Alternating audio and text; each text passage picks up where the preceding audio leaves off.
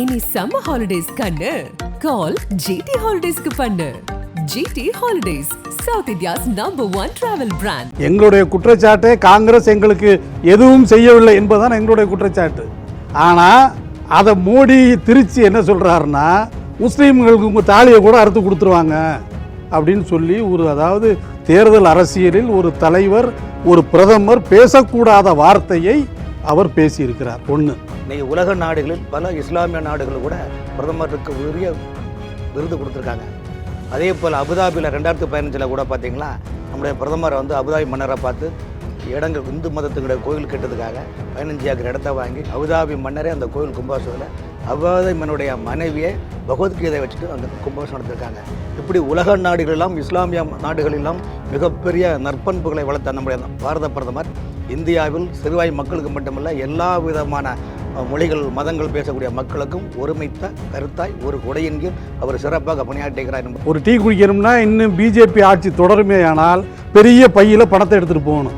பெரிய பையை கட்டி மூட்டை கட்டி எடுத்துகிட்டு போனால் தான் ஒரு டீ குடிக்கலாம் இனிமே. ஆக பொருளாதார வளர்ச்சி என்பது வேறு, பொருளாதார வீக்கம் என்பது வேறு.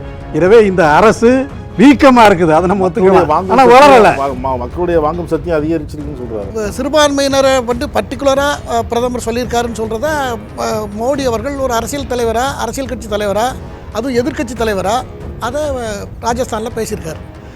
அந்த ராஜஸ்தானில் பேசுனதுனால இது எல்லாமே குறைஞ்சி போச்சு, பாஜகவுக்கு செல்வாக்கு குறைந்து போய்விட்டது என்று நாம் எடுத்துகிட்டு போனோம்னாக்கா நாம் தான் நம்மளுடைய யூகத்தில் தப்பு இருக்குன்னு தான் அர்த்தமே தவிர 400 இல்லைன்னா 388 390 கண்டிப்பாக பாஜக தான் ஜெயிக்கும். பாரதிய ஜனதா கட்சி எதிர்பார்த்தது போல வெற்றி கிடைக்காது, அந்த பெரும்பான்மை கிடைக்க போவதில்லை. இந்தியா கூட்டணி தெளிவான பெரும்பான்மையை வெற்றியை பெறப்போகுது. பிரதமர் மோடியின் பிரச்சாரம் தற்போது விஷத்தால் நிறைந்திருக்கிறது. அவரது பேச்சை கொந்தளிப்புடன் இருப்பதை காட்டுகிறது. அவர் ஒரு பதட்டத்தில் இருக்கிறார் மோடி அப்படின்னு காங்கிரஸ் சொல்லுது. ராமன் சார், இதை எப்படி பார்க்குறீங்க? பிரதமர் மோடி அவர்கள் எங்கேயுமே பதட்டம் என்பது அவர் மனசில் கிடையாது.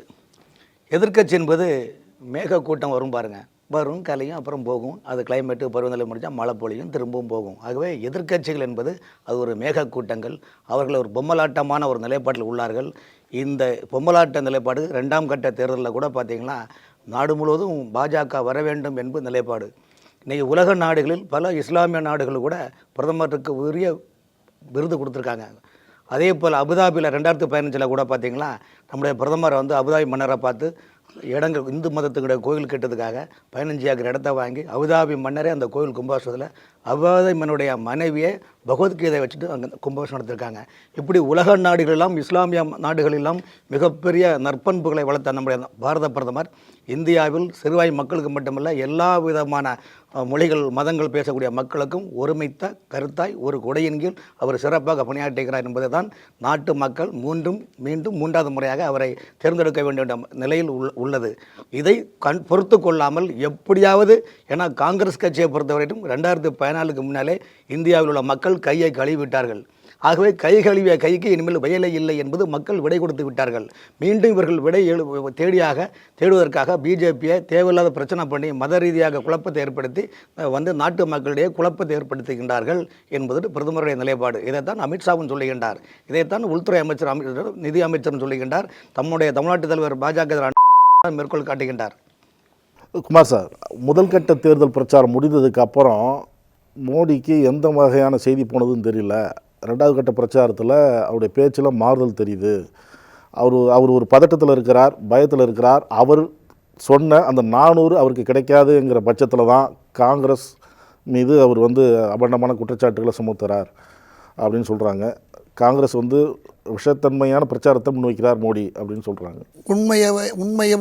உண்மை ட்ரூத் ஆல்வேஸ் ட்ரைம்ஸ்னு சொல்வார்கள். உண்மை எப்போதும் வெல்லும் என்பதில் எனக்கு நம்பிக்கை உண்டு. நாங்கள் இன்றைக்கி எல்லோரும் உண்மையை மட்டும்தான் பேச போகிறோம். யூகமாக இருந்தால் கூட அதில் உண்மை இருக்கணுங்கிறது என்னுடைய அடிப்படை விருப்பம். அதாவது 2006 நேஷ்னல் கவுன்சில் கூட்டத்தில் முன்னாள் பிரதமர் மன்மோகன் சிங் அவர்கள் சொன்ன ஒரு கருத்து, அவர் இந்த நாட்டினுடைய வளர்ச்சி என்பது சிறுபான்மையினர், தலித்துகள், மற்ற பிற்படுத்தப்பட்டவர்களுடைய வளர்ச்சியும் உள்ளடங்கியது தான் நாட்டின் வளர்ச்சி என்று சொல்லிவிட்டு அது அந்த கூட்டத்தில் பேசினார். அந்த கூட்டத்தில் சிறுபான்மையினரை வந்து பர்டிகுலராக பிரதமர் சொல்லியிருக்காருன்னு சொல்கிறத மோடி அவர்கள் ஒரு அரசியல் தலைவராக, அரசியல் கட்சி தலைவராக, அதுவும் எதிர்க்கட்சி தலைவராக அதை ராஜஸ்தானில் பேசியிருக்கார்.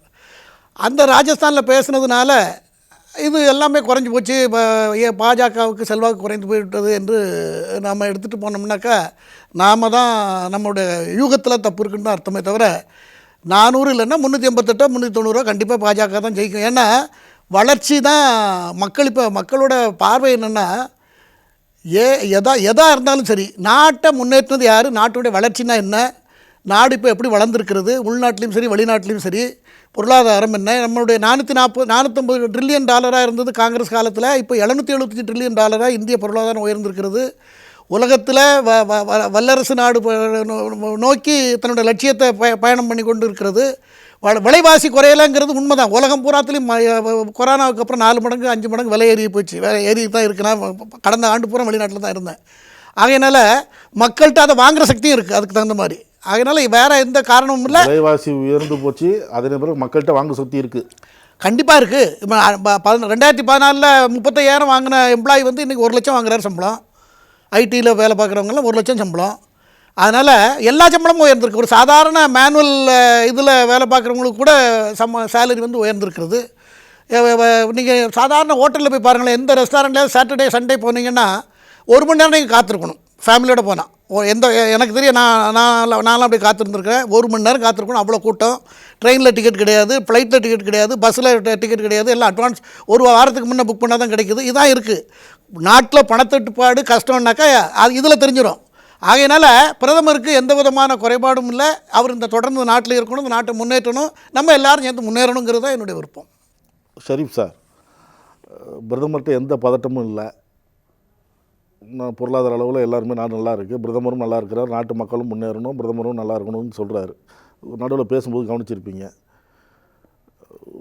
விலைவாசி உயர்ந்திருக்கு, வாங்குகிற சக்தியும் உங்கள்கிட்ட உயர்ந்திருக்கு அப்படிங்கிறாரு. 400ங்கிறது குறையில, 350 370 அந்த மாதிரி வரும் அப்படிங்கிறாரு. நீங்கள் ஏற்கனவே நம்மகிட்ட பேசிகிட்டு இருக்கும்பொழுது பாரதிய ஜனதா முதல்ல பிரச்சாரத்தில் வச்ச 400லாம் எதிர்பார்க்க முடியாது, நிலைமை மாறி போச்சு அப்படின்னு சொன்னீங்க. இப்போ என்ன சொல்லுங்கள்? 400 இல்லை 498 வருங்கிறது தான் அவங்களுடைய கணக்கு அன்னைக்கு. ஆனால் வெறும் 98 வருமாங்கிறது தான் இன்றைய கேள்வி. ஏன்னா தேர்தலில் வந்து மக்களுடைய, அதாவது ஒரு விஷயத்தை நம்ம வந்து ஒத்துக்கணும்.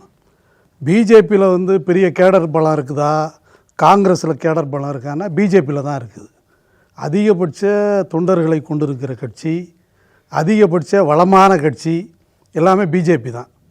ஆனால் ஓட்டர்ஸ் இருக்கணும்ல, அதான் இங்கே பிரச்சனை. கேடர்ஸை மட்டும் வச்சுக்கிட்டு ஓட்டு வாங்கிட முடியாது. மக்களுடைய மனநிலை என்பது மாறிக்கொண்டே இருக்கிறது. ஒன்று. ரெண்டாவது, சகோதரர் சொன்னார், நேஷனல் கவுன்சிலிங் கூட்டத்தில் வந்து மன்மோகன் சிங் பேசின பேச்சை வந்து நம்முடைய பிரதமர் அவர்கள் சொன்னாங்க அப்படின்னு சொல்லி. ஏன் மன்மோகன் சிங் அதை பேசினார்? அது ஒரு காரணம் இருக்கணும்ல. சும்மாவே ஒரு பிரதமர் வந்து முஸ்லீம்களுக்கு தேவையானதை நான் செஞ்சு கொடுக்குறேன்னு சொல்லிட மாட்டாங்க. சச்சார் கமிட்டி ஒரு பரிந்துரையை கொடுக்குது. முஸ்லீம்களுடைய நிலைமை என்பது தலித்துகளை விட மோசமாக இருக்குது, எனவே இவர்களுடைய வாழ்வாதாரத்தை உயர்த்த வேண்டும், குறைந்தபட்சம் 15% இடஒதுக்கீடையாவது நீங்கள் கொடுக்கணும் அப்படின்னு வந்து சச்சார் சொல்கிறாரு. அதை அப்படியே வாங்கி வச்சுக்கிட்டு காங்கிரஸ் அரசாங்கம் அதை ஒன்றும் நிறைவேற்றியெல்லாம் கொடுக்கல. ரங்கநாத் மிஸ்ரா தலைமையில் இன்னொரு கமிஷனை போடுறாங்க. அவர் சச்சார் சொன்னதை தான் சொல்கிறாரு.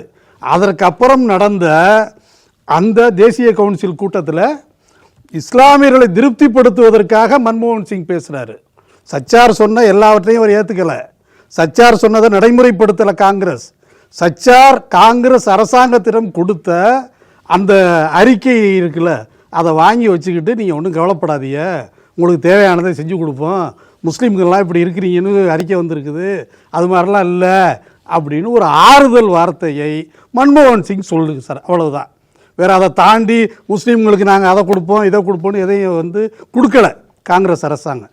எங்களுடைய குற்றச்சாட்டே காங்கிரஸ் எங்களுக்கு எதுவும் செய்யவில்லை என்பதுதான் எங்களுடைய குற்றச்சாட்டு. ஆனால் அதை மோடி திருச்சி என்ன சொல்கிறாருன்னா, முஸ்லீம்களுக்கு உங்கள் தாலியை கூட அறுத்து கொடுத்துருவாங்க அப்படின்னு சொல்லி ஒரு, அதாவது தேர்தல் அரசியலில் ஒரு தலைவர், ஒரு பிரதமர் பேசக்கூடாத வார்த்தையை அவர் பேசியிருக்கிறார். ஒன்று. ரெண்டாவது, இப்போ பொருளாதாரத்தை பற்றி அவரே சொன்னார், அந்த கோடிக்கணக்கான கணக்குகளை சொன்னார். நீங்கள் வச்சுருந்த பணத்தை விட நாங்கள் வந்து அதிகபட்சமாக வந்து இந்தியாவை கொண்டு வந்திருக்கோம் அப்படின்னு சொல்லி. அப்புறம் இன்னொரு விஷயத்தை அவரே ஒத்துக்கிறாரு. வேற ஒன்றும் இல்லை, அன்னைக்கு டீ 5 ரூபாய்க்கு விற்றுச்சு, இன்னைக்கு டீ 30 ரூபா.